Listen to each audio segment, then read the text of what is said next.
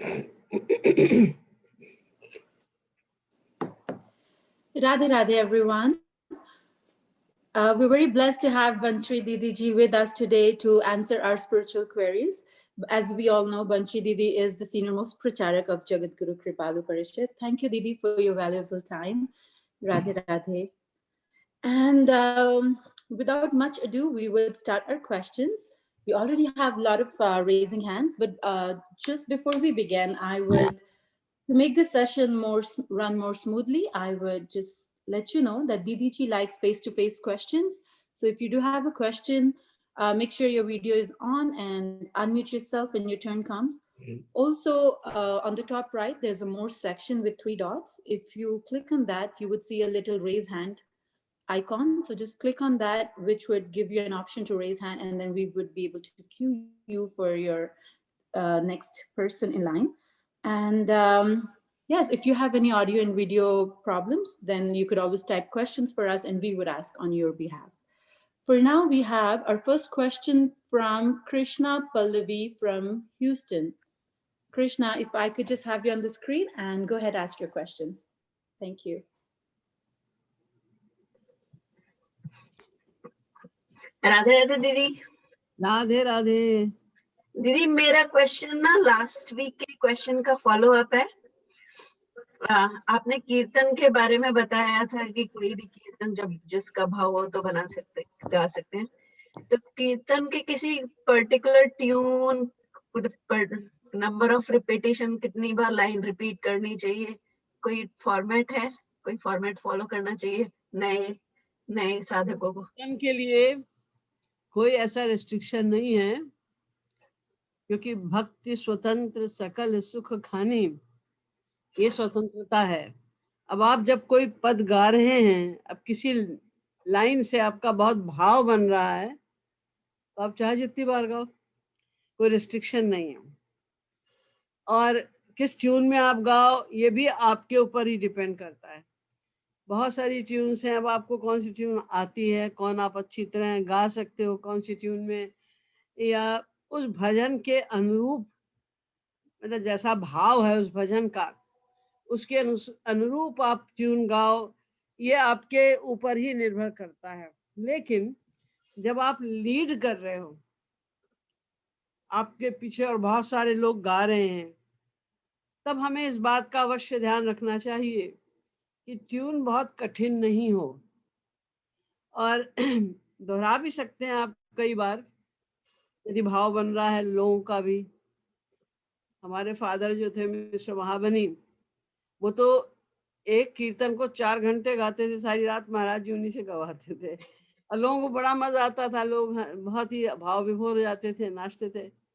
लेकिन डिपेंड करता है, आपको देखना पड़ेगा, क्योंकि अब उस स्तर के तो बहुत पुरानी बात है जो अपने फादर की मैं बता रही हूँ, अब तो उस स्तर के डिवोटीज हैं नहीं, और हैं भी तो एक आध कोई होंगे। तो ये ध्यान रखते हुए कि लोग इंजॉय करें, जब हम लीड कर रहे हैं तो हमें ये बात का ध्यान रखना चाहिए कि उनका भाव बने। ऐसा नहीं कि हम तो गा रहे हैं अपनी मस्ती में और लोग ऐसे यौन कर रहे हैं, या उनको नींद आ रही है, या वो बोर हो रहे हैं, ऐसा भी नहीं होना चाहिए। लीड करने वाले का लक्ष्य होना चाहिए कि सबका भाव बने। जब आप अपनी साधना कर रहे हैं तो आप एक भजन को 1 घंटे गाइए, 2 घंटे गाइए, 4 घंटे गाइए, उसका कुछ नियम नहीं।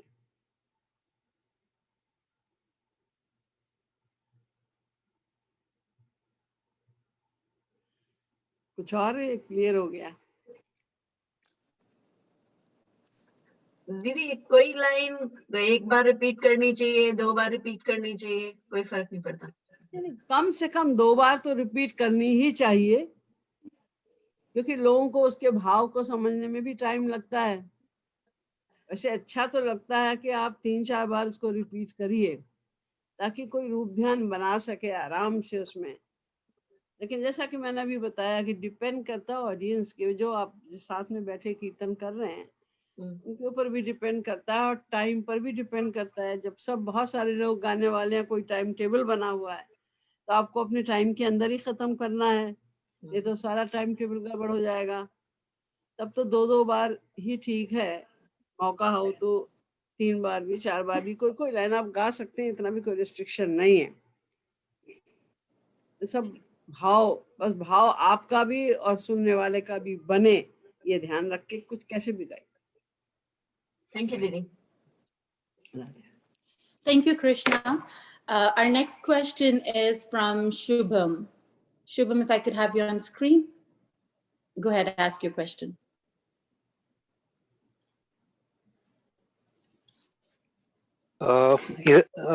Can you see me? I think Yes, I'm we on can the see you, terrace. Shubham. मैं ऊपर हूँ छत पे, इसलिए थोड़ा क्या प्रश्न है? हाँ मेरा दीदी जी, मैंने मतलब थोड़े टाइम पहले ही मतलब महाराज जी की वीडियो देखना चालू करी थी यूट्यूब पे, तो उसके बाद मतलब मैं फॉलो करने लग गया और फिर साधना भी थोड़ी बहुत स्टार्ट कर दी थी। लेकिन जैसे अभी एक पुरानी महाराज जी की वीडियो मैंने देखी, उसमें जैसे महाराज जी ने बोला कि जो महापुरुष मतलब संसार से मतलब अभी चला गया है भगवान के धाम को, उसकी शरणागति से काम नहीं बनेगा। तो मतलब मेरा यही डाउट था कि मतलब वो पुरानी वीडियो थी, तो क्या महाराज जी ने मतलब जब अब तो जैसे टीवी वगैरह यूट्यूब सब है, तो क्या महाराज जी ने उसके बाद कभी बताया कि जैसे कि आप अगर टीवी पे देख के भी कर सकते हैं? नहीं, मेरा मतलब ये डाउट है मेन कि मतलब देखिए, महाराज जी ने जो ये कहा ना कि जो नहीं है प्रेजेंटली संसार में नहीं है, उनको गुरु बनाने से हमारा काम नहीं चलेगा। कारण क्या है कि लोग घबराते हैं। आजकल इम्पोस्टर्स ज्यादा हैं, ढोंगी लोग ज्यादा हैं, महापुरुष तो इन्हें गिने हैं।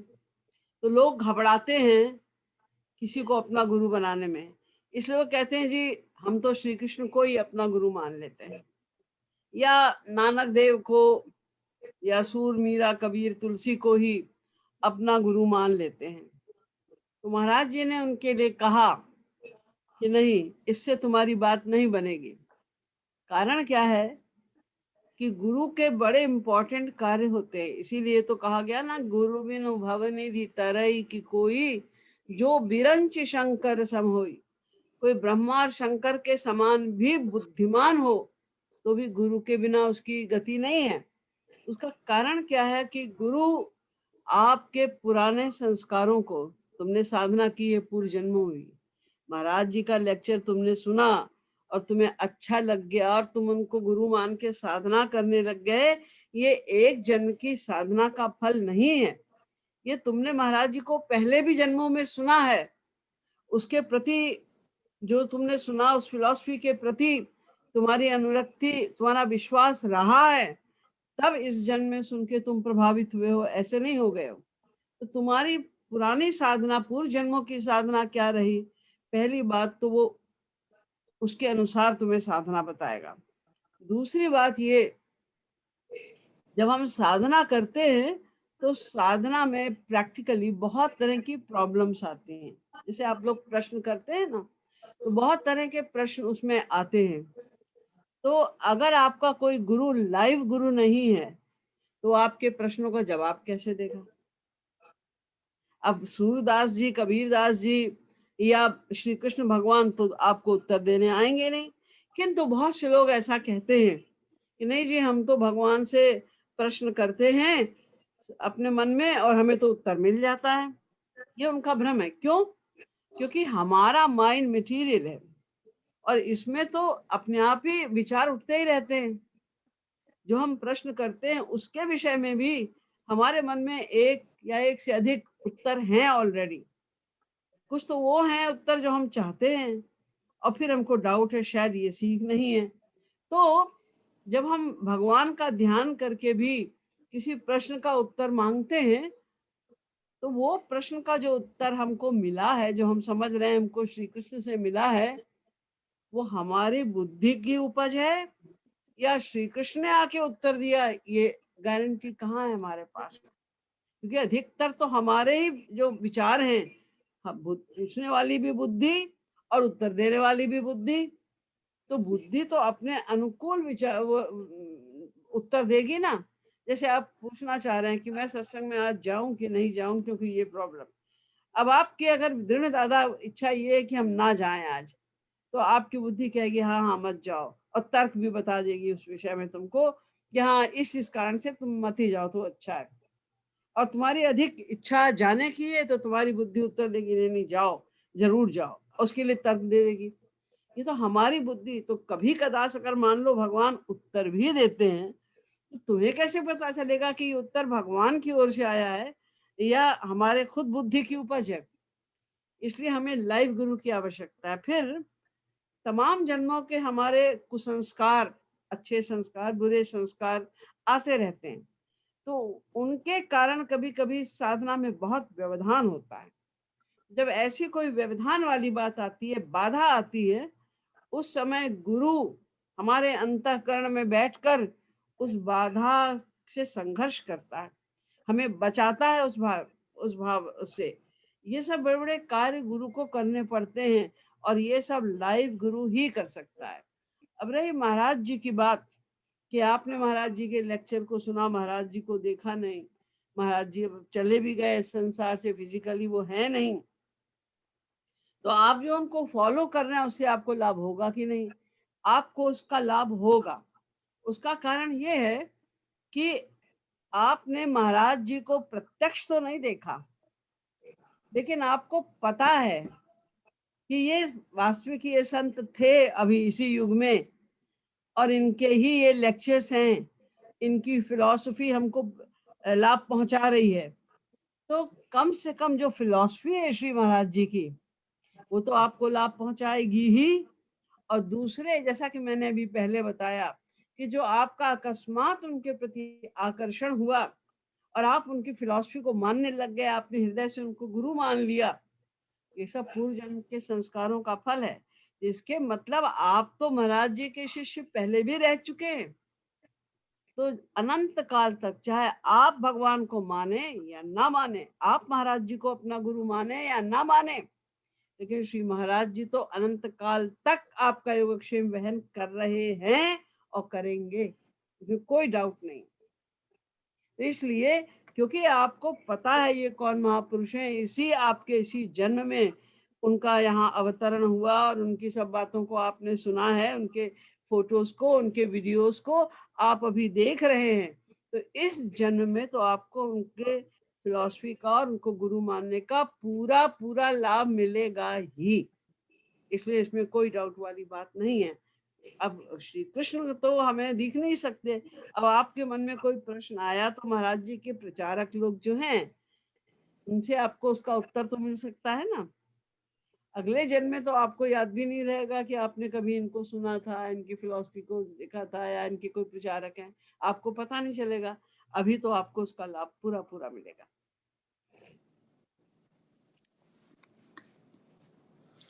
Thank you, Shubham. Thank you, Didi, for the answer. Our next question is from Ankita Trivedi. Ankita, you could come on screen and go ahead, ask your question.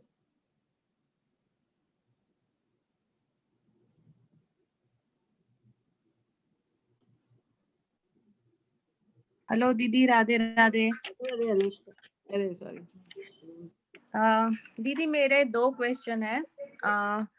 महाराज जी के साधक के लिए नियम क्या है, और हम आत्मा है तो हमें प्रैक्टिकल लाइफ में कैसे जीना चाहिए?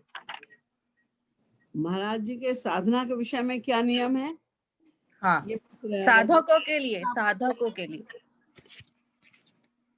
दूसरा प्रश्न आत्मा के लिए क्या बोल रहे हैं आप? हम आत्मा है तो हमें प्रैक्टिकल लाइफ में हम जैसे जी रहे हैं कैसे जीना चाहिए हमें?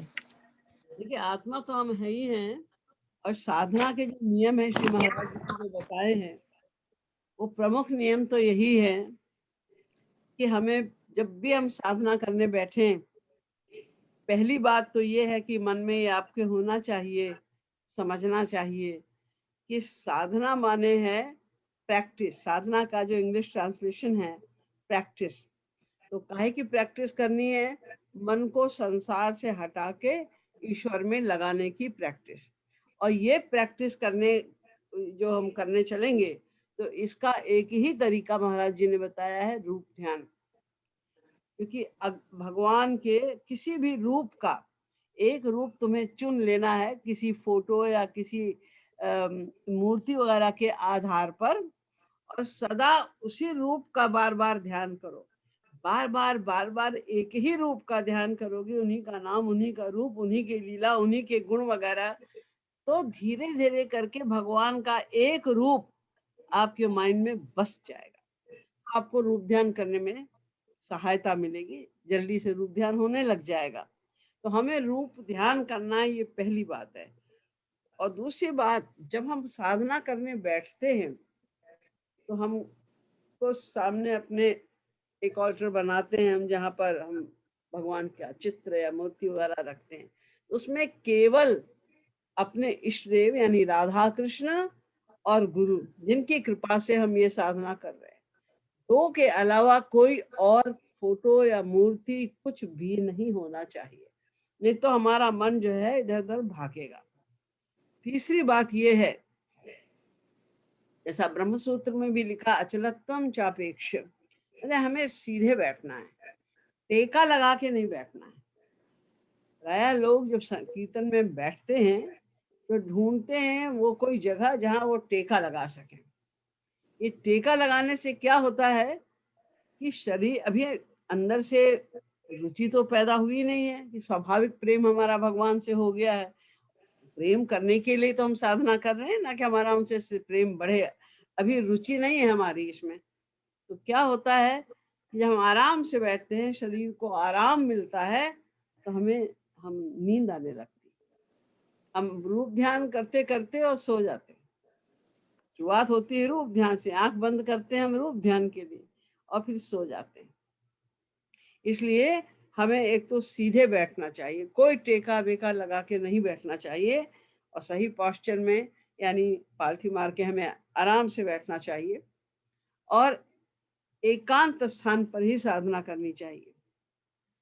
तो इन बातों को विशेष ध्यान रखना है। और कलयुग के लिए विशेष आज्ञा श्री महाराज जी की भी है, और यही बात महाप्रभु चैतन्य ने भी कही थी कि संकीर्तन के द्वारा, बहुत से लोग केवल बैठ जाते हैं कि हम तो ध्यान कर रहे हैं, ध्यान ही तो प्रमुख है, तो हम तो ध्यान कर रहे हैं। हाँ, ध्यान प्रमुख है, लेकिन आप खाली खाली अगर ध्यान करेंगे तो क्योंकि अभी रुचि पैदा नहीं हुई है, इसलिए आपको आलस्य आएगा और आप सो जाएंगे। इसीलिए कीर्तन के द्वारा, और साथ में आप ताली बजाओ, या आप मंजीरा ले लो, या आप ढोलक ले लो, या आप बाजा ले लो, कोई इंस्ट्रूमेंट भी हो, कोई भी म्यूजिकल इंस्ट्रूमेंट, कुछ नहीं तो ताली द्वारा करना है हमें। तो म्यूजिक के साथ में संकीर्तन, मैंने कीर्तन करते हुए मन में कीर्तन नहीं करना है, गा के। ये मत सोचो हमें तो गाना नहीं आता, तो बड़ा बेसुरा गाते हैं लोग, कोई सुनेगा तो क्या कहेगा। अरे तुम किसी को सुनाने के लिए थोड़ी साधना कर रहे हो, तो अपने कल्याण के लिए कर रहे हो। तो कोई सुने और किसी को खराब लगे तो लगे, ना सुने वो जिसको खराब लग रहा है। हम उनको सुनाने के लिए तो कर भी नहीं रहे हैं, हम तो अपने लिए कर रहे हैं। इसलिए हमें बस गा के करना है। महाप्रभु चैतन्य ने एक उसमें कहा है, पशु पक्षी कीट आदि बोलीते न पारे, सुनी ले होरी नाम तारा चौतरे, जो पी लेते होरी नाम आप नित्य तोरे, उच्च संकीर्तने पर उपकार करे। अगर आप मन में कर रहे हो, आपने कर भी लिया, नहीं भी नींद आपको आई, तो आप नित्य तोरे, उससे तो केवल आपका ही कल्याण होगा और किसी का भी नहीं होगा। लेकिन अगर आप गा के कर रहे हैं, तो मन जो सो रहे हैं, मक्कारी कर रहे हैं, नहीं उठकर भगवान का भजन सुबह सुबह कर रहे हैं, सुनाई तो पड़ेगा। कभी तो उनके माइंड में आएगा कि देखो वो तो सुबह सुबह उठ के रोज कीर्तन करती हो, मैं पड़ा रहता हूँ, सोता रहता हूँ, मुझे भी कुछ करना चाहिए। कुछ तो असर नाम का उनके ऊपर भी होगा ही। और वो महाप्रभु चैतन्य तो कहते हैं, पशु पक्षी कीट आदि बोलीते ना पारे। पशु पक्षी कीट आदि जो बोल नहीं सकते बेचारे, वो भी सुन रहे हैं भगवान का नाम, तो कुछ उनके भी संस्कार बनेंगे। तो इसलिए हमें गा कर और किसी इंस्ट्रूमेंट के साथ में कीर्तन करना चाहिए। और सबसे प्रमुख बात ये कि उसका पक्का नियम होना चाहिए। ये नहीं कि जब टाइम मिला तो वो जब टाइम मिला तो बैठ गए, वो एक्स्ट्रा है। लेकिन जो साधना हमें नित्य की साधना करनी है, उसके लिए बहुत आवश्यक है कि हम बिल्कुल अपना टाइम फिक्स करें। अपनी अपनी सुविधा के अनुसार कीजिए। वैसे तो हमारे शास्त्रवेद भी कहते हैं, ब्राह्मे मुहूर्ते च बुध्येत, 4 बजे उठ के साधना करो, वो बेस्ट टाइम है। उस समय ना आपकी कोई टेलीफोन की घंटी बजेगी, ना कोई बच्चे उठे हुए होंगे, ना कोई घर में चहल पहल होगी, कुछ नहीं होगा। पूर्ण एकांत होगा, नीरव वातावरण होगा, शुद्ध वातावरण होगा सुबह सुबह का, तो मन अधिक लगेगा। तो अपना नहा धो के बैठो, फ्रेश होकर बैठो और सुबह 4 बजे करो। अगर आप 4 बजे नहीं उठ सकते किसी कारण से, तो 5 बजे 6 बजे जो भी समय आपको सूट करता है आप उस समय पर उठो। लेकिन जो समय आप निश्चित करो उस पे कुछ भी हो जाए, आपको उस समय साधना करनी है, उसी समय पर साधना करनी। क्यों? अगर हम बाद में कर लें, पहले कर लें किसी दिन, तो कभी किसी दिन कोई विशेष परिस्थिति की बात तो छोड़ दीजिए। अन्यथा अगर आपने ये नियम बना लिया कि जब टाइम मिलेगा तो कर लेंगे, तो आज आपने सुबह 6 बजे साधना की, कल आपको आलस आ गया, आपने कहा अभी थोड़ी देर में कर लेंगे, तो चलो 8 बजे कर लेंगे। अब कोई आ गया या कोई और काम आ गया संसार का, वो 8 बजे छूट गया, अच्छा रात में कर लेंगे। अब रात में आपको नींद आ गई, तो धीरे धीरे करके ये साधना का जो आपका नियम है वो टूट जाएगा, खत्म हो जाएगा। लापरवाही कहते हैं इसको, ये लापरवाही है। हमें निश्चित समय पर और निश्चित स्थान पर बैठकर ही साधना करनी चाहिए यथासंभव। कभी ऐसी परिस्थिति आ जाए कि दूसरे स्थान पे करना पड़े या दूसरे टाइम पे करना पड़ जाए, वो एक अलग बात है, लेकिन एक नियम होना चाहिए पक्का। नियम ना होने से थोड़े दिन में साधना की आपकी जो प्रैक्टिस है समाप्त हो जाएगी। तो हमें इन बातों का ध्यान रखते हुए प्रमुखतम तो रूप ध्यान है, और फिर उसके बाद कोई पद ऐसा है जिससे आपको बहुत भाव बनता है, कोई कीर्तन ऐसा है जिससे आपको बड़ा भाव बनता है, तो आप उसको गाइए। किसी कीर्तन की किसी लाइन से आपके मन में करुणा का भाव जागृत होता है, तो आप उसको एक बार नहीं 10 बार गाइए, जब तक भाव बढ़ता जाए, गाते ही जाइए, गाते ही जाइए। तो ये साधना, इन बातों को ध्यान में रखते हुए यदि हम साधना करें, और फिर साधना जब हम करते हैं, स्कूल कोई जाता है तो देखता है, माँ बाप भी देखते हैं, उसको भी पता चलता है तो स्कूल जाने से कोई फायदा हुआ कि नहीं। जैसे एक बच्चे को आपने एडमिट किया पहले क्लास में, अब उसने लेटर्स लिखना, ABCD लिखना सीखा कि नहीं? हाँ, अब तो 2 महीने हो गए, अब ABCD लिखने लगा है, अब छोटे छोटे शब्द लिखने लगा है, अब छोटे छोटे सेंटेंस लिखने लगा है। तो पता चलता है कि हाँ वो स्कूल जा रहा, पढ़ रहा है वो, और वो जा रहा है पूरे साल, उसको अभी A लिखना भी नहीं आया, तो ये कैसा स्कूल जा रहा है? ठीक इसी प्रकार जब आप साधना कर रहे हैं तो आपको पता चलना चाहिए कि हमारी प्रोग्रेस हो रही है। पहले हम आधा घंटा बैठना हमारे लिए मुश्किल था, उपासना करना मुश्किल था, और अब हमको 1 घंटे में भी आनंद आता है। अब हमें आंसू भी आने लगे हैं, रूप ध्यान अच्छा बनने लगा है, अब श्याम मिलन की व्याकुलता बढ़ने लगी है। ये सब जो, इसको आप कह सकते हैं रोड पे जो स्टोन्स होते हैं ना, माइलेज स्टोन, वो हैं जिससे आपको पता चलता है कि आपकी साधना बढ़ रही है। इन सभी बातों को ध्यान में रखते हुए हमें साधना करनी है। ये श्री महाराज जी का आदेश है। Thank you, Ankita. Next is from Hiral Edmonton. Hiral, go ahead, ask your question.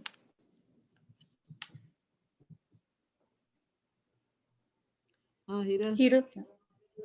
Radhe Radhe दीदी जी।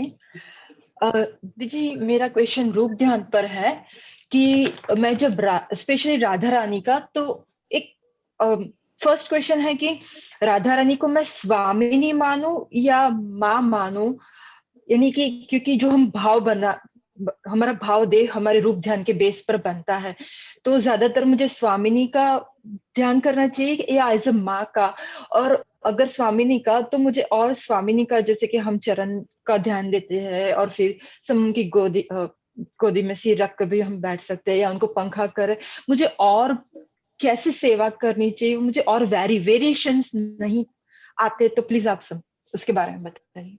इसे श्री राधा हमारी स्वामिनी सर्वस्व तो है ही, जो हमारी सर्वस्व है, सबसे बड़ी, उनको महारानी कह दो, क्वीन कह दो, कुछ भी कह दो, तो जो श्री कृष्ण की भी स्वामिनी है, तो स्वभावतः हमारी स्वामिनी तो है ही।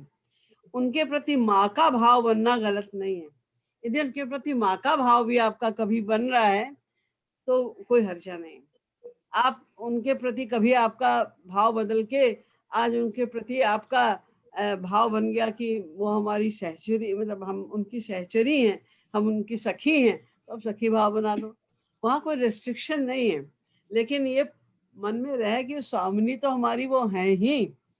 और फिर तुमको जैसे जब भाव बने, तुम उनके चरणों में सर रखे हो या उनकी गोद में सर रखे हुए हो या उनको पंखा झल रही हो या उनके लिए भोजन तैयार कर रही हो, उनके लिए अच्छे अच्छे वस्त्र तैयार कर रही हो, अलग अलग तरह के पकवान तैयार कर रही हो, ये सब जो भावना जब जैसी बने, जितने प्रकार की सेवा होती है। देखो अष्टमहासखियों के लिए महाजन ने लिखे हैं ना 8 पद, उनको पढ़ो कि क्या क्या सेवा कौन कौन करता है।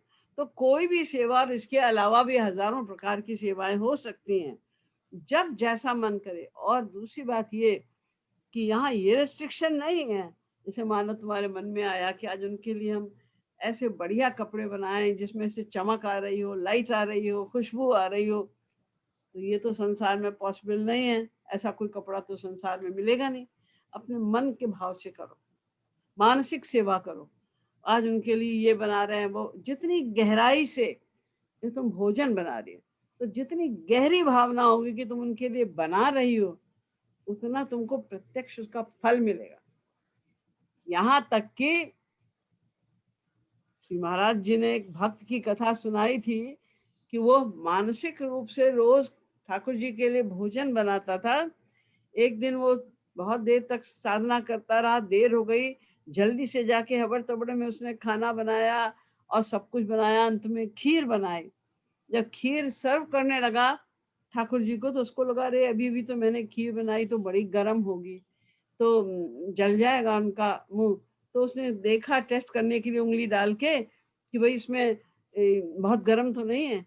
उंगली डालने के बाद उसको लगा रही ये तो मैंने अब उंगली डाल दी, इसका भोग कैसे लगेगा। तो दोबारा वो बना के लाया खीर। तो जब उसकी समाधि भंग हुई तो उसने देखा उसकी उंगली जली हुई थी। तो ठाकुर जी किशोरी जी को लेकर आए, बोले आज तुमको एक विचित्र भक्त के दर्शन कराता हूँ। आए तो उन्होंने भी देखा कि उसकी उंगली जली हुई थी। तो कहा तेरी उंगली में क्या हुआ, ये कैसे जल गई। बोले मैंने वो खीर बनाई थी इनके लिए, तो मैं टेस्ट कर रहा था कि बहुत गर्म तो नहीं है, तभी मेरी उंगली जल गई। तो बोले यहाँ कहाँ है तेरा किचन, कहाँ तुमने बनाई थी। बोले किचन कुछ नहीं है हमारे पास में। तो तुमने खीर कैसे बनाई। बोले बस बना दी थी मैंने। यानी मानसिक सेवा का इतना बड़ा महत्व है कि जितनी गहराई से तुम्हारी वो सेवा होगी, उसका बिल्कुल वो वास्तविक ही है और वास्तविक ही भगवान क्या मानी जाएगी और उसका वास्तविक फल ही मिलेगा। Radhe Radhe. Thank you, Hiru. Our next question is from Anushka. Anushka, you could unmute and turn the video on.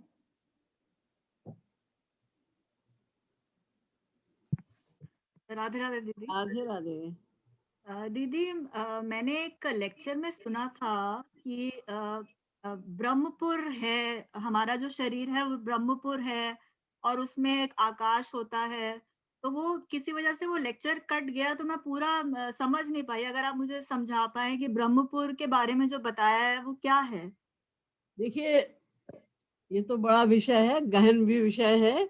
इतना टाइम तो इस समय नहीं है कि मैं बहुत डिटेल में आपको समझा सकूं, लेकिन ये जो हमारा अंतःकरण है इसी को ब्रह्मपुर कहा जाता है और यही इसी में जो खाली जगह है इसको आकाश कहते हैं और इसी में भगवान का नित्य वास रहता है और इसी में जीव का भी वास रहता है। द्वा सुपर्णा सयुजा सखाया समानम वृक्षम परिखस्व जाते तयोर अन्य पिप्पलम साद्वत्य नश्नन्यो अभिचाकशीति। ये वेद मंत्र है जो कहता है कि इसी हृदय में ब्रह्मपुर इसी अंतःकरण के लिए कहा गया है। इसी में 2 पक्षी रहते हैं, एक भगवान और एक भगवान का बेटा या दास, जो भी कह लो, मानी जीव, दोनों इसी में रहते हैं एक ही अंतःकरण में। लेकिन एक जो है वो तो कुछ करता नहीं, केवल जो दूसरा पक्षी है यानी जीव उसके कर्मों को नोट करता है बिना इंटरफियर किए। जैसे रेफरी होता है ना गेम में, तो वो जी। कुछ बताता नहीं, कहता नहीं तुमने ऐसा क्यों किया, ये गलत कर दिया, नहीं, खाली वो नोट कर लेता है। तो उसी प्रकार से भगवान तो रेफरी की तरह चुपचाप बैठे होते हैं और कर्मों को नोट करते रहते हैं। और जो दूसरा है जीव, दूसरा पक्षी जो जीव है, वो तो पिपलन स्वादन्यो, वो अपने तमाम जन्मों के कर्मों का फल भोग करता रहता है। जो भी कर्म होते हैं उसके, चाहे वो इस जन्म के कर्म हो, चाहे पिछले जन्मों के कर्म हो, उन कर्मों का फल भोग करता है। तो ये ब्रह्मपुर की परिभाषा है। थैंक यू दीदी। Radhe Radhe. Thank you, Anushka ji. Sorry, by mistake, I lowered all the hands, so we're not able to see the raised hands. So if you had questions, please raise your hands again. For now, I have Naveen Sata. Yes, if I could just have you on screen, Naveen ji.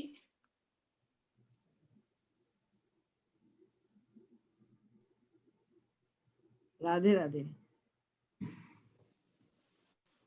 Didi, question I have is that you may have a time, then cover it. If you don't, we'll do some other time. The first question is Mangad Dham. Mangad का physical meaning तो पता है, कहाँ है, भक्ति मंदिर है, महाराज जी की जन्मस्थली है। उसका सूक्ष्म मीनिंग क्या होता है मनगढ़ का दीदी? देखिए, इस सूक्ष्म रूप तो कोई सूक्ष्म बुद्धि वाला बता सकता है, मैं तो साधारण बुद्धि वाली हूँ।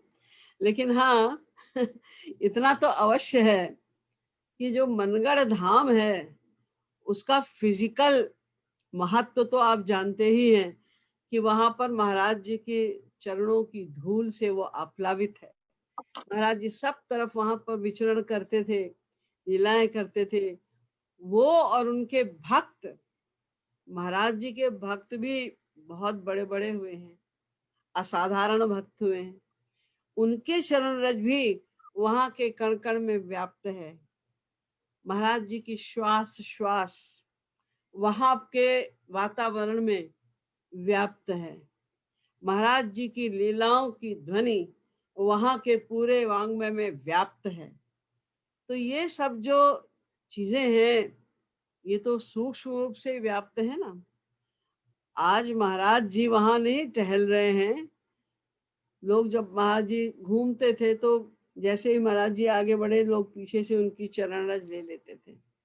किंतु आज महाराज जी फिजिकली तो नहीं है, लेकिन वो चरण जो वहां की रज है वो सूक्ष्म रूप से श्री महाराज जी मय है, वो गुरुमय है। वहां का पत्ता पत्ता, वहां का रज का कण कण, वहां की वायु का एक एक परमाणु दिव्य शक्तियों से, श्री महाराज जी के दिव्य श्वासों से आप्लावित है, भरा हुआ है। इसलिए वहां जाते ही, चाहे जो भी हो, वहां जाते ही लोगों को ये फीलिंग होती है हम अपने घर आ गए। वहां जाते ही ये फीलिंग होती है कि एकदम कहाँ लोग ये तक भूल जाते हैं कि इस मनगढ़ के अलावा कुछ और शहर भी संसार में है, कोई और दूसरा स्थान भी है, ऐसा तक होता है वहां पर जाकर। क्योंकि वहां की जो वायु है, वायुमंडल है वहां का, वहां की जो रज है वो इतनी दिव्य है कि उसका असर कोई भी जाए, आस्तिक नास्तिक कोई भी जाता है, कितनी भी श्रद्धा लेकर जाता है, उसकी अपनी मानसिक स्थिति के अनुसार उस पर अवश्य असर पड़ता है। इसीलिए बार बार श्री महाराज जी सभी को मनगढ़ बुलाते थे।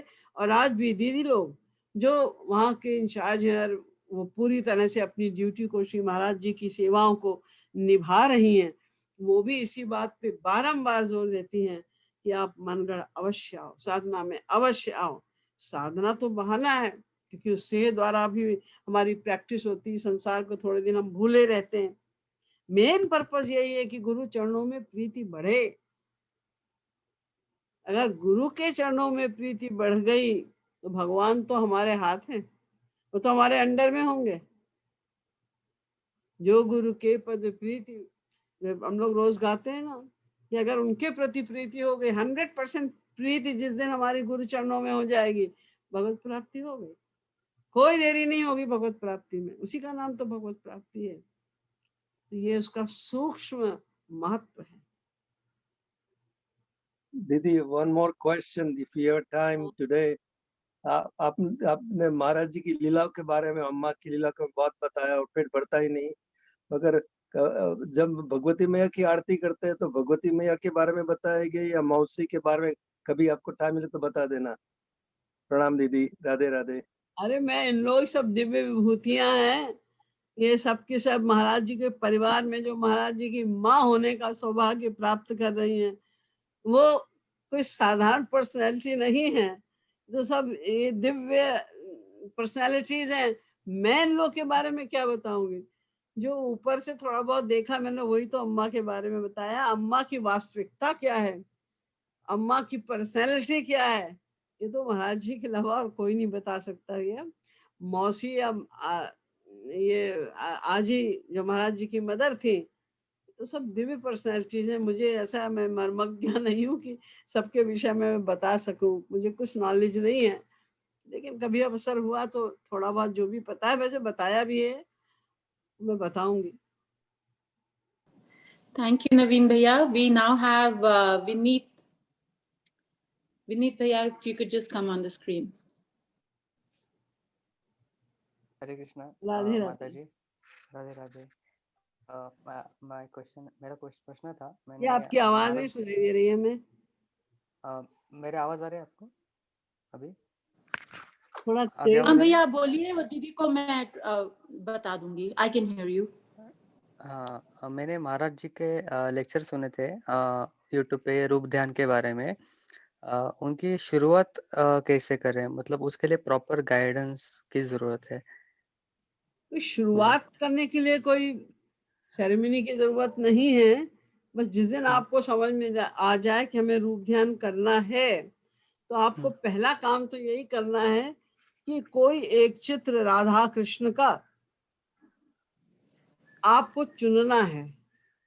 ओके। तमाम आपने लाखों चित्र देखे होंगे, हैं संसार में राधा कृष्ण के हजारों लाखों चित्र हैं। ऐसा चित्र जो आपको अपील करे, जो आपके मन को खींचे, अच्छा लगे, आप ऐसे चित्र को चुन लीजिए। और जब भी आप साधना करने, उसको अपने पास रखिए, अपने जहाँ बैठ के साधना करेंगे अल्टर, वहां अपने साथ रखिए। आप अपने वॉलेट में भी रखिए, अपने बेडरूम में भी उस चित्र को रखिए। जहां जाएं आप, उस चित्र को आप अगर रखेंगे तो उसको बार बार देखने से, बार बार उस चित्र के में श्री राधा कृष्ण के दर्शन करने से भगवान का एक रूप आपके माइंड में बैठ जाएगा। तो आप जब बैठेंगे साधना करने, तो आपको उनका रूप ध्यान करने में सहूलियत होगी। ये मत समझो कि तुम जो भजन गा रहे हो या जो पद गा रहे हो, उसके भाव के अनुसार ही तुम्हें रूप ध्यान करना है। नहीं, उसके अनुसार रूप ध्यान बन जाए तो भी ठीक है। और आप अपना, बस आपको तो रूप ध्यान करने से मतलब है। गा आप कुछ भी रहे हो, आप कुछ भी गाओ, कुछ भी करो, लेकिन रूप ध्यान जो आपका है, वो जिस रूप में, जब कभी आपको लीला का, भगवान की लीलाओं का रूप ध्यान हो जाए तो लीला का करने लगो। कभी आपको लगे वो खड़े हुए हैं, मुरली बजा रहे हैं, तो आप उस वैसा ध्यान करो। कभी आपको लगे श्री राधा के चरण दबा रहे हैं वो, आप वैसा रूप ध्यान करो। जब जैसा भाव बन जाए, कोई एक पर्टिकुलर लीला का या एक पर्टिकुलर झांकी का ध्यान नहीं करना है। जो फोटो है, अगर मान लो उसमें राधा कृष्ण दोनों एक दूसरे के गले में हाथ डालकर खड़े हैं, तो आपको केवल इसी झांकी का ध्यान नहीं करना है। ये तो एक आधार है।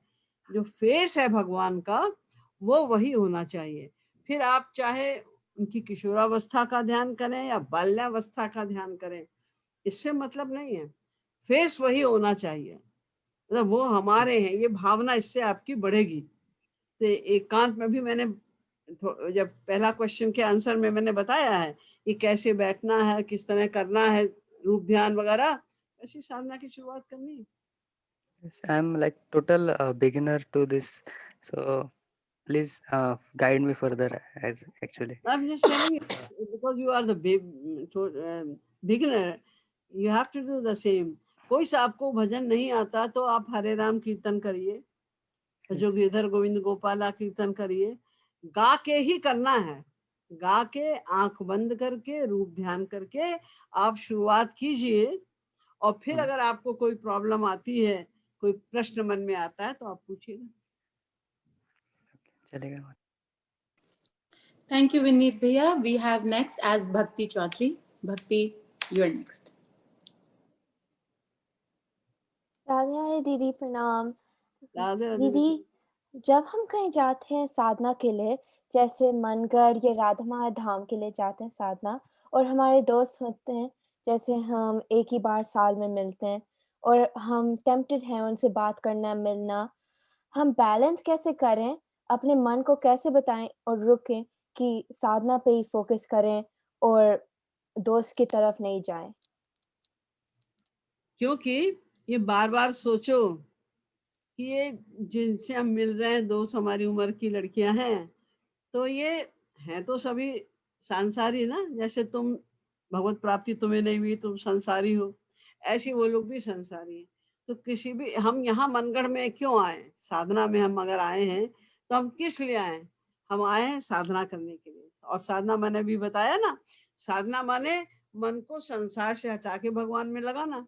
तो तुम यहाँ से इतनी दूर मनगढ़ जाओगे या वृंदावन जाओगी साधना करने, और फिर अगर अपनी उम्र की लड़कियों से तुम दोस्ती करोगी, तो फिर वहां से यहाँ तक आने का तो कोई पर्पस सॉल्व ही नहीं हुआ।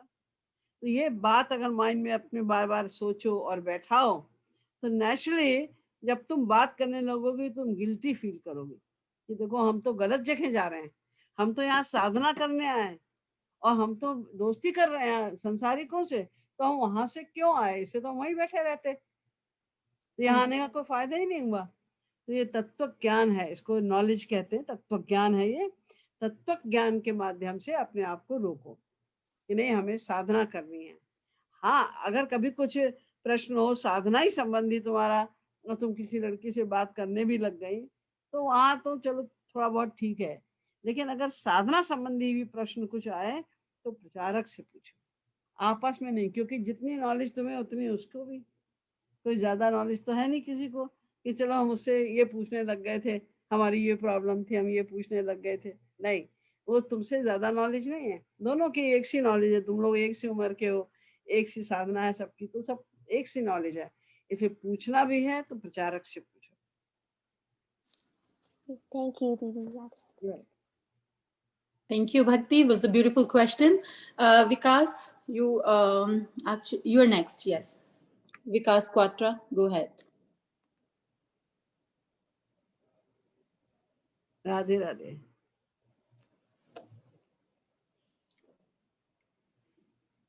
मेरी आवाज नहीं है दीदी, अब आ रही है आपको? हाँ, राधे राधे दीदी। राधे। महाराज जी के श्रीमुख से, आपके श्रीमुख से बहुत बार सुना है प्रारब्ध के बारे में। तो वो कहते हैं कि प्रारब्ध को हम काट नहीं सकते हैं।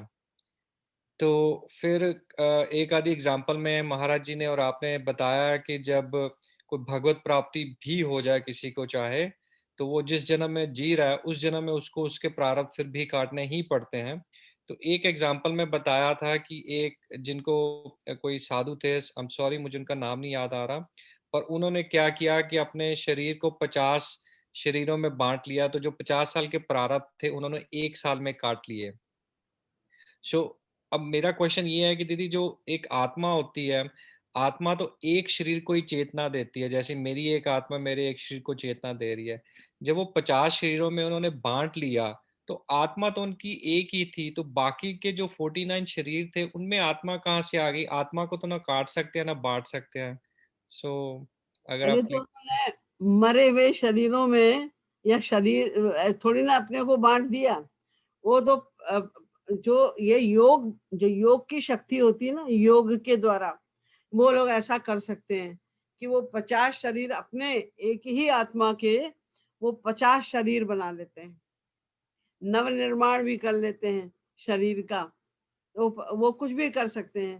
तो ये जो 50 उन्होंने शरीर बनाए अपना प्रारब्ध को भोगने के लिए जल्दी जल्दी, वो सब नहीं कर सकते, लेकिन योगी लोग कर लेते हैं। डिपेंड करता है कि तुम्हारी स्पिरिचुअल पावर कितनी ज्यादा है।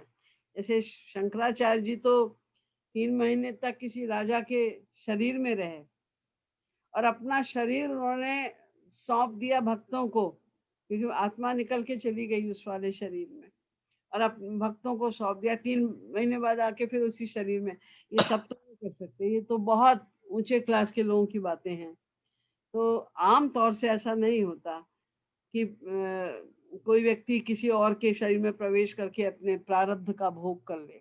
हमें पता ही नहीं है पहली बात तो कि हमारे प्रारब्ध कितने हैं, क्या हैं। हर व्यक्ति अपने आप को बहुत अच्छा समझता है, सोचता है कि हमने कुछ किया ही नहीं गड़बड़। नहीं तो अगर जिस दिन पता चल जाए कि हमारे इतने गड़बड़ प्रारब्ध हैं, इतने पाप हमने किए हुए हैं, तो व्यक्ति उस दिन से अच्छा काम करने लग जाए। तो प्रारब्ध तो कोई नहीं, मनुष्य का प्रारब्ध वैसे महापुरुष भी नहीं काट सकते, लेकिन हाँ वो अनेक प्रकार से और काट लेते हैं। जैसे कि अगर तुम एक शरणागत जीव हो एक महापुरुष के, और तुम्हारे ऊपर एक ऐसी प्रॉब्लम आने वाली जिससे तुम्हारी साधना में बाधा पहुंचेगी, तो वो उस प्रारब्ध को अपनी शक्ति के द्वारा कम कर देते हैं, उसका प्रभाव खत्म कर देते हैं। जैसे मान लो आज एक्सीडेंट होना है कार का बहुत बड़ा, तो वो कार का एक्सीडेंट तो होगा, उसको वो नहीं काट सकते। कार का एक्सीडेंट होगा लेकिन तुम्हें कुछ गड़बड़ नहीं, तुम्हें कोई हानि उससे नहीं पहुंचेगी, वो उतना प्रारब्ध काट देंगे।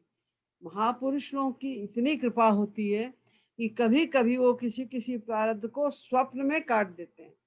वो जैसे एक्सीडेंट होना है, वो एक्सीडेंट स्वप्न में हो जाएगा, स्वप्न में ही तुमको कष्ट हो जाएगा सारा, और जागृत अवस्था में तुम जो के त्यों रहोगे।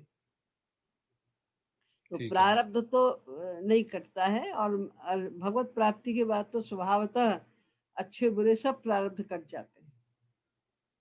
ठीक है, थैंक यू दीदी। Radhe Radhe. Thank you, Vikas. Our next is Garima Joshi. She is next on the line. Radhe Radhe दीदी जी। राधे राधे दीदी जी, श्री महाराज जी ने एक स्पीच में कहा है कि भक्ति के पथ पे चलते समय सावधान रहना चाहिए और किसी प्रकार का अहंकार नहीं होना चाहिए। तो दीदी जी, सूक्ष्म अहंकार का क्या मतलब है? सूक्ष्म अहंकार जो तुम ऊपर से नहीं करते हो, लेकिन फिर भी एक हल्का फुल्का अहंकार मन में रहता है। जो हल्का फुल्का कुछ भी तुम जैसे दान किया तुमने, तो तुमने अपने ऊपर कंट्रोल किया, किसी से नहीं बताया, गुप्त रूप से तुमने दान किया ताकि अहंकार नहीं आ जाए, किसी को नहीं बताया। लेकिन फिर भी कभी कभी ये भाव आ गया है, मन में है कहीं ना कहीं कि हमने आज अच्छे से दान किया, हमें सौभाग्य मिला, दान किया, हमने दान किया। ये सूक्ष्म अहंकार है।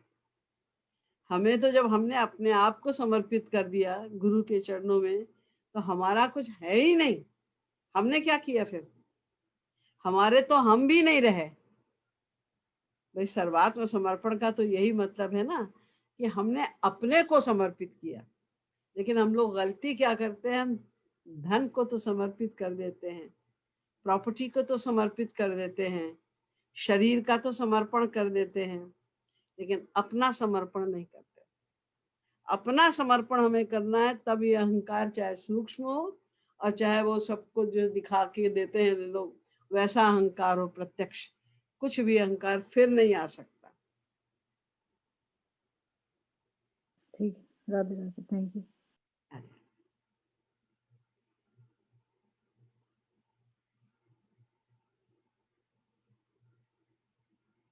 Sorry, next is Richa. Richa, if we could just have you on the screen. Richa Sinha. Radhe Radhe दीदी जी।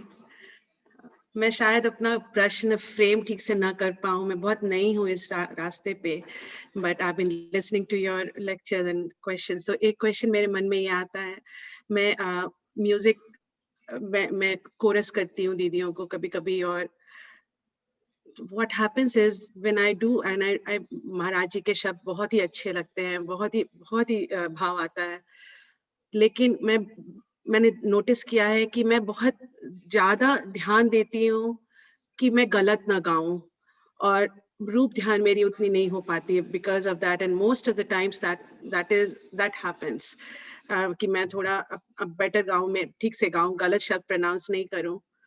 तो प्लीज मुझे थोड़ा गाइडेंस दीजिए कि मैं कैसे और रूप ध्यान कैसे बेटर करूं, at the same time also keeping the quality of the song.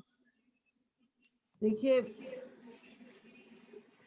जो आपकी क्वालिटी है गाने की, हर एक व्यक्ति का एक स्वर होता है, किसी का पतला, किसी का मोटा, किसी का बहुत सुरीला, किसी का कम सुरीला स्वर होता है, उसे आप चेंज नहीं कर सकते।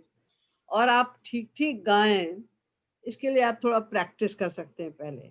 लेकिन जिस समय आप साधना में बैठते हैं गाने के लिए, कोरस करने के लिए, बैठने के लिए, गाने के लिए, उस समय आपका लक्ष्य केवल और केवल ये होना चाहिए कि हम साधना करें, रूप ध्यान करें।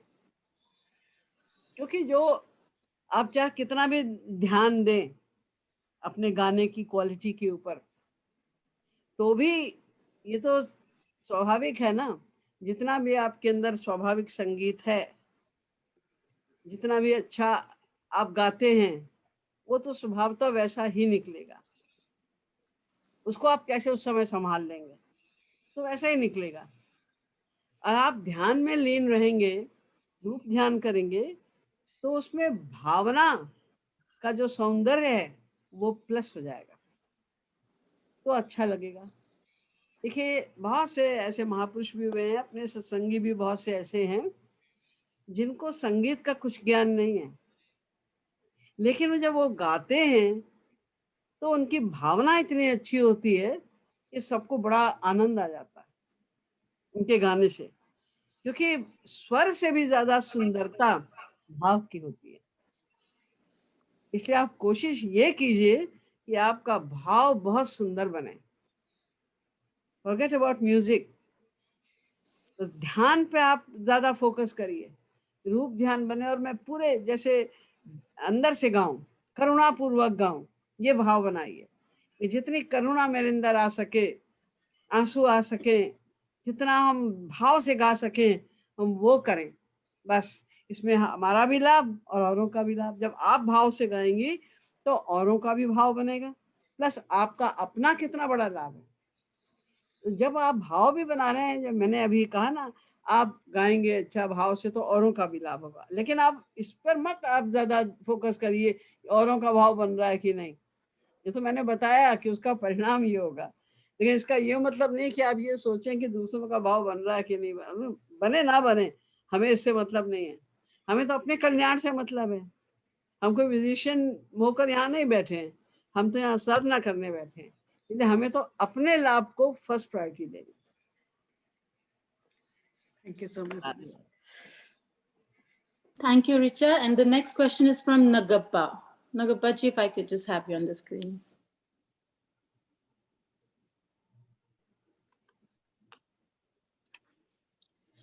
It's Nagappa Batikeri. Yeah. Radhe Radhe दीदी, प्रणाम। दीदी, मेरा क्वेश्चन भागवत के बारे में है। तो महाराज जी ने बताया कि पहले वेदव्यास ने भागवतम लिखा है, बाद में उनके शिष्य ने 2 श्लोक सुखदेव परमहंस को सुनाया और सुखदेव परमहंस का समाधि उठ गया और वेदव्यास के पास आके वो पूरा भागवतम सुना। देन बाद में परीक्षित को भागवतम पढ़ाया। तो इसका संभाषण भी भागवत में है। और बाद में फिर सूत जी सौनकादिक परमहंसों को भी बताया।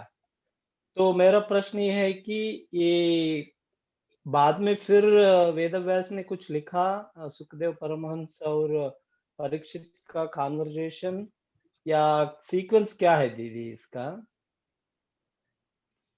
नहीं, जब वेदव्यास जी ने भागवत लिखी और उसके बाद अपने शिष्यों को पढ़ाया भी, उसके बाद में जब सुखदेव जी का जन्म हुआ, तो क्योंकि वो तो 12 साल तक अपने माँ के पिंगला के ही उदर में ही रहे, तो प्रकट होते ही, बाहर आते ही जब उन्होंने आश्वासन दिया वेदव्यास जी ने कि मैं तुम्हें वरदान देता हूँ कि तुम को माया नहीं लगेगी, तुम आ जाओ बाहर, तब वो बाहर आए और आते ही वो जंगल की ओर चल दिए, क्योंकि वो परमहंसावस्था में थे।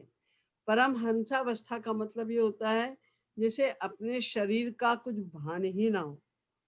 यानी हम लोग कुछ देखते हैं क्योंकि हमारे अंदर हम देख रहे हैं उसको। यत्र हि द्वैतमेव भवति तत्र इतरं जिघ्रति तत्र इतरं पश्यति तत्र इतरं शृणोति तत्र इतरं अभिवदति तदितर इतरं मनन्ति येनैव सर्वत्र आत्ममेव भूत् तत्केन जिघ्रेत् तत्केन पश्येत् तत्केन शृणुयात् तत्केन विजानीयात् विज्ञातारमरे केन विजानीयात् इति। वेदों में लिखा हुआ है कि जहाँ द्वैत होता है, हम अपने से भिन्न मानते हैं भगवान को या संसार को, तब तो हम कुछ देख सकते हैं, सुन सकते हैं, सूंघ सकते हैं, बोल सकते हैं। लेकिन वो जो अहम ब्रह्मास्मि, मैं ही ब्रह्म हूँ, मतलब अंतर ही नहीं मान रहा। बात ब्रह्म एक स्थिति आती है जब व्यक्ति सोचता है अहम ब्रह्मास्मि, कि मैं ही ब्रह्म हूँ, अहम ब्रह्म, तब भी दो साउंड कर रहे हैं, अहम और ब्रह्म। अभी भी पूर्णतया एकत्व नहीं हुआ। लेकिन इसके बाद वाली जो ज्ञानियों की स्थिति होती है, ब्रह्म ब्रह्म ब्रह्म, वो चारों तरफ केवल ब्रह्म को ही देखते हैं, सुनते हैं, अनुभव करते हैं और कुछ नहीं करते।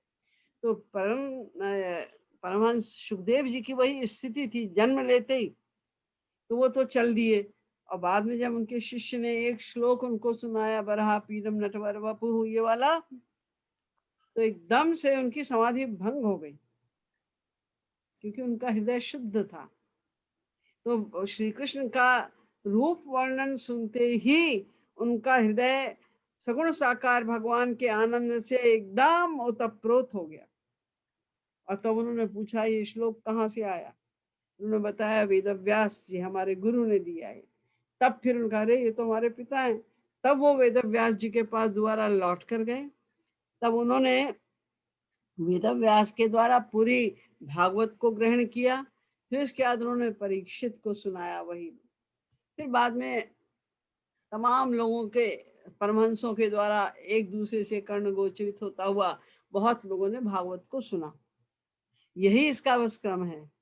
जो ऐतिहासिक बात है जो भागवत में है वो यही है कि परीक्षित ने को सुनाया, और फिर उसके बाद में, क्योंकि वहां पर तमाम ऋषि लोग और भी बैठे हुए थे, जब सुखदेव जी भागवत कर रहे थे, जिसने सुना, जिस परमहंस ने जिसने भी सुना कि वो भागवत सुना रहे हैं, सगो दोहन मात्रम ही गृहेशु गृह मेदिना, जिनके लिए ये मशहूर है कि जितनी देर में गाय दुही जाती है उससे अधिक देर वो कहीं ठहरते ही नहीं, वो 7 दिन तक भागवत सुनाएंगे। ये सुनकर सब बड़े बड़े परमहंस ऋषि मुनि सब वहां पर आ गए थे। तो जिन्होंने सुना, फिर उन्होंने अपने शिष्यों को, फिर उन्होंने अपने शिष्यों को, इस प्रकार एक दूसरे से कर्ण गोचरित होता हुआ वो भागवत बहुतों ने सुना। ये है इसका तो क्रम। ओके, क्रम समझ में आ गए दीदी। शायद मैंने क्वेश्चन ठीक तरह से नहीं बताया। तो पहले वेदव्यास ने लिखा है भागवतम, देन बाद में सुखदेव ने परीक्षित को पढ़ाया, उसका कॉन्वर्जेशन भी कुछ भागवत में है। तो बाद में फिर वेदव्यास ने फिर उसका कॉन्वर्जेशन भी लिखा है दीदी? नहीं, वेदव्यास जी क्योंकि ने नहीं सुखदेव लिखा उसके बाद, उन्होंने तो तो भागवत देन लिख दिए, और भागवत लिखने के बाद वेदव्यास जी ने सुखदेव को सुनाया, सुखदेव ने परीक्षित को सुनाया। उस कन्वर्सेशन को जो उनका परीक्षित का और उनका हुआ है, तो वो तो भागवत के रूप में वही अब प्रकट है। अच्छा, उसको कौन लिखा है दीदी? वो जो हैं? भागवतम में सुखदेव परमहंस और परीक्षित का जो ज्यादातर सभी ग्रंथ संभाषण। वैसे वेदव्यास जी द्वारा प्रकट किए गए हैं, प्रकट किए गए। ओके, तो पहले ही जैसे सब गीता वेदव्यास ने ये तो सब लिख दिया। गीता तो श्री कृष्ण और अर्जुन के रूप के संवाद के रूप में आई, उसको किसी ने लिखा नहीं, वेदव्यास जी ने उसको प्रकट किया। ऐसे ही जो परीक्षित और सुखदेव जी के मध्य में कन्वर्सेशन हुआ, उसको भी वेदव्यास जी ने प्रकट किया। अच्छा, ठीक है दीदी, राधे राधे।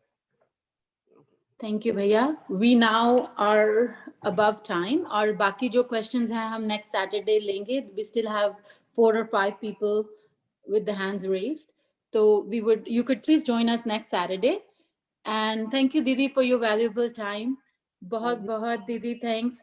आपने हम सबके questions answer किए. Thank you for your valuable time. And also before Didi go, I would like to tell, tomorrow there's YouTube live for Jagat Guruttam celebration.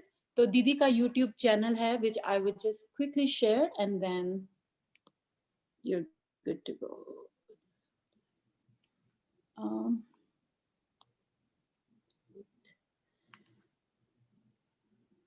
So this is Didi Ji's YouTube channel, which would be live tomorrow.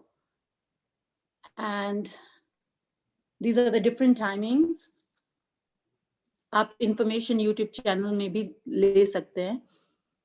और ये दीदी की website है, which is shrikripalukunjashram.org. इसमें अगर आपके पास कोई questions हैं, you could subscribe to the email and always ask questions. Didi have Divya Sandesh and also a lot of information on the website, which would answer all your queries pretty much.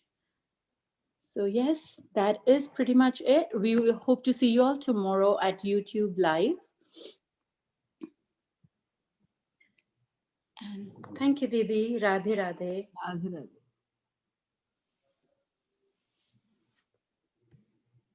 Thank you, Didi. Radhe Radhe. Radhe Radhe. Radhe. Thank you, Didi. Radhe Radhe. Radhe Radhe Didi. Radhe Radhe. Radhe Didi. Radhe Radhe Didi. Radhe Radhe Didi, Radhe Radhe. Radhe Radhe Didi. Radhe Radhe. Thank you, Didi. Radhe Radhe Didi. Radhe Radhe Didi.